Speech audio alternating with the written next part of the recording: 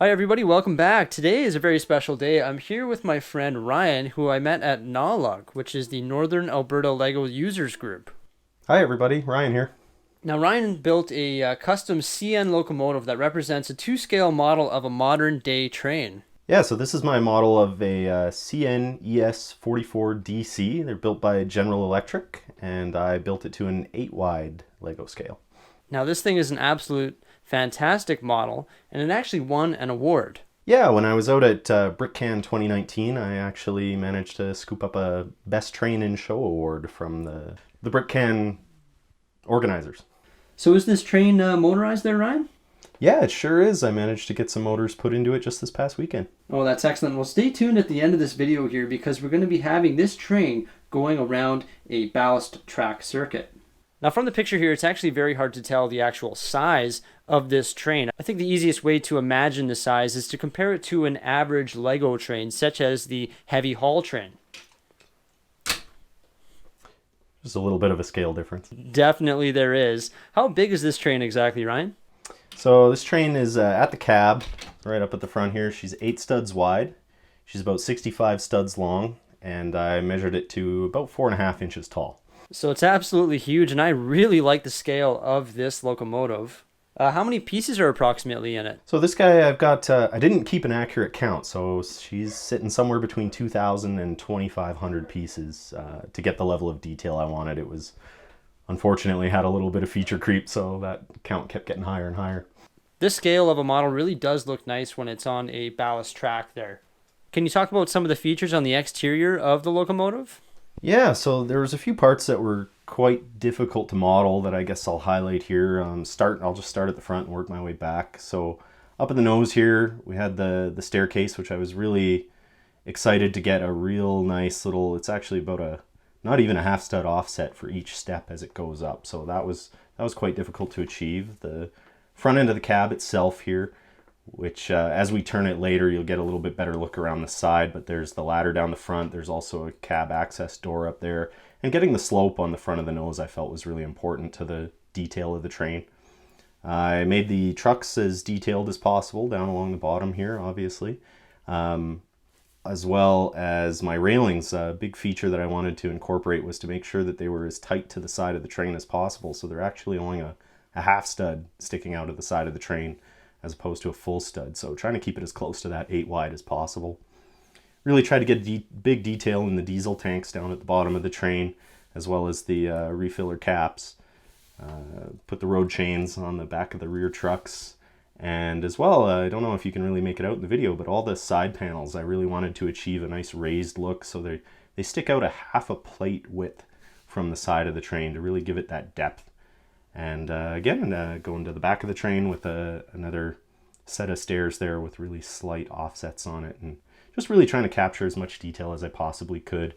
Horn set on top, intakes and exhaust vents along the back of the train, of course, for the diesel turbines.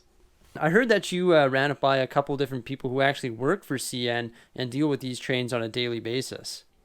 Yeah, part of my inspiration for the model that I chose was a good friend of mine. He is actually an engineer for CN, and he drives these units on a daily basis. So I took it by his place. He had a couple little details that he thought were missing, so I had to add them in. For example, the sunshades, the original model, they couldn't move. On the new ones, they do slightly fold down. And he had commented that I was missing the rear view mirrors, so I made sure to add those in for him.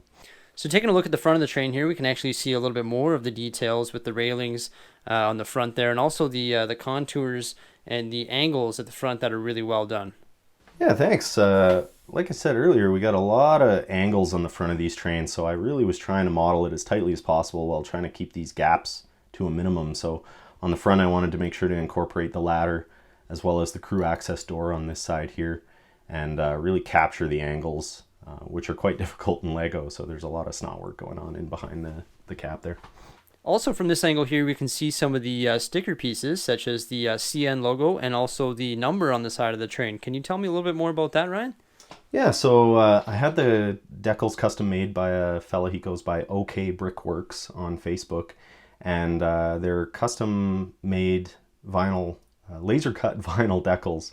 So I have the road numbers up top above the cab. I've got the CN, the branding logos, as well as the numbers down the side, and again the branding. So I take it that he custom makes these different decals for locomotives like this one here? Yeah, exactly. He's done a lot of work on different Lego trains, which seems to be a specialty of his. And all I had to do was contact him with some reference photos and photos of my model, and he did all the scaling and the custom decal design work. That's really cool. What was it called again? It was OK Brickworks on Facebook, is that right? That's right, OK Brickworks, and I've always just contacted him straight through Facebook. One thing I just really can't get over, and I know we already addressed it, was the angles on the front and also on the sides with these different colors, which are the classic CN colors, black, white, and red. Yeah, so I really wanted to make sure to capture the proper paint scheme that's so iconic and common to the CN railroad. The white stripe, while it could have been done with a decal, seemed a little bit like cheating. I felt like I could achieve the same look with a brick built, which I'd always prefer to do brick built when possible. So taking a look at the other side here, I actually see that there is a difference. The other one on the bottom there, it had those tanks, and this one has more of like a solid bottom. Can you explain a little bit about that there, Ryan? Yeah, so on the real prototype, there's actually quite a few differences on the two sides of the train. A big one is, the two tanks on the side of the diesel tank is missing. As well, there's a ladder down the side of this side of the train, and the I believe it's a brake wheel. I have to confess, I'm not a huge train nut, so I don't know all the little details, but I tried to model it as much as I could off of photos online. So really, you're not that into trains? Is that correct? Or? Well, my father had a big train layout when I was a kid, so I think it instilled a little bit of a fascination, but it's not a subject that I've ever modeled in Lego before. And so I've been learning a lot, and I think I'm going to be building a lot more train models in the future. That's excellent. I also see that there is two different sets of drive wheels with 3 axles on each. Is this thing motorized, and does it go around a track circuit? Yeah, it actually is motorized. I just recently, this past weekend, managed to get it motorized and running. I was never intending to do it to begin with, but I had so many requests that I thought I'd give it a try.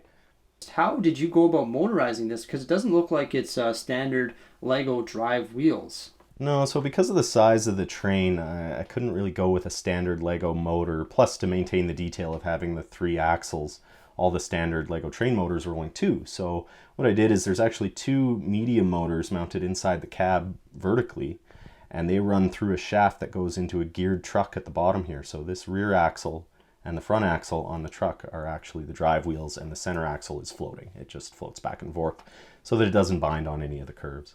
I actually saw you experimenting with motorizing this locomotive here on Instagram. Your Instagram is the Lego Aviator, right? That's right, Lego_Aviator. You said there's 2 medium motors in there. Is that the new Bluetooth motors there that connect to your phone? That's correct. It's the brand new powered up motors.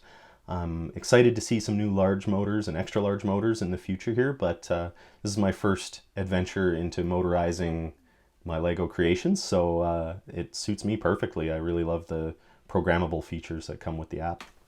So taking a look at the back of the train here, I see the consistent high quality decals on the back. Can you tell me a little bit more about the back side of the train as well? Yeah, so the back of the train was another problem area for me where I had to work quite extensively to get this red design back here, and again trying to stick with the brick built instead of using stickers. So there's quite a bit of snot work going on to get these angled vents on top of the train while maintaining that red with just the black around the outside. The backplate itself was actually pretty simple, and then just back into doing some railing work. So when you built this train here, did you use any sort of reference material at all, or was this all free built? No, I definitely used a lot of reference material. It was quite the process, first of all, to choose which model of train I wanted to represent. So what I did is I went online, searched through Wikipedia to find a good list of different current models of trains, then looked at different photos of the different versions to see what I had an interest in personally building. After that, I did a lot of Google image searching, finding a lot of reference photos, and in my search I came across a website called trainiacs.net where they had a huge database of train photos as well as line drawings, which really assisted me to get the scaling just right. So that's an absolute amazing CN locomotive that you have built there, Ryan. So my question is where do you take it from here?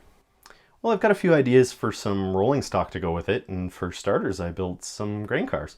Oh, really? Those grain cars, eh? That's pretty interesting. What do the grain cars look like? Well, let's have a look. Well, you actually brought them here today? That's right. Yeah, I got 3 of them with me. Well, holy cow, these things are absolutely amazing. I see that you got 3 different grain cars here of 3 different colors, which represent a modern day grain car here in Edmonton, Alberta, Canada. Yeah, that's right. So I've got dark red and bright red Canada grain cars, which are the National Grain Board cars. And then I've got also, I have 2 of the Alberta grain cars, but I only brought the bright blue one, which is the Take an Alberta Break and Visit Edmonton car. So I really want to get into more detail on these grain cars, but I think we should save that for another video because they definitely deserve their own video. So everybody here who's watching this video today, make sure you stay tuned for another great video of Ryan's grain cars. Well, Ryan, I really appreciate you coming by today to show me this CN locomotive. Well, thanks a lot for having me, Jordan. I really look forward to working with you in the future and checking out some more of your amazing Lego builds. Me too. Thanks a lot. I appreciate your hospitality. Thanks a lot for tuning in, guys. We really do appreciate the view today. Make sure you stay tuned for some more great stuff coming out of my YouTube channel here. Remember to like, subscribe, and we'll see you again in the not so distant future. Bye for now.